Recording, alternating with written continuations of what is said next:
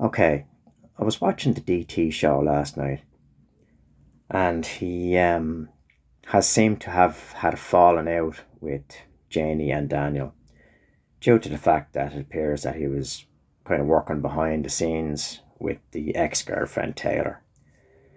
And he did try to advise this girl that like Daniel was controlling, and this is the reason for this falling out, that Daniel and Janie feel betrayed by this like exposure for Daniel's behavior towards this girl. Yeah. Anyway, other things of note. DT was bringing up, and he was talking about the footprints on the pipeline trail, and Kent was having a good talk with him.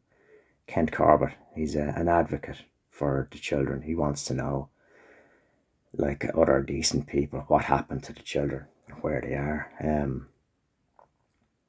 And DT was suggesting that these footprints were basically would have to be more or less Jack and Lily's, even though there was other children on the trail, but they were with an adult. So I was suggesting that did these children that were walking on their own that left this boot print make their own way out, etc.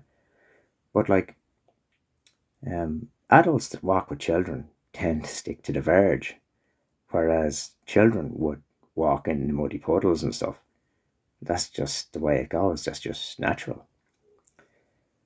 Anyway, um, Daniel, he's self-confessed not the best advocate for the children, and yet he says he's the only one speaking out for them, which isn't true.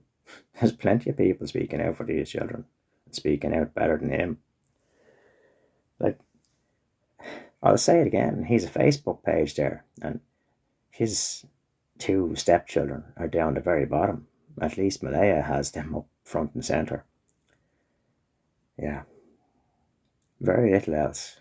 And as always, I'll hope the RCMP get to the bottom of it to find out what happened to Jack and Lily, and get some kind of closure for the people that care about them.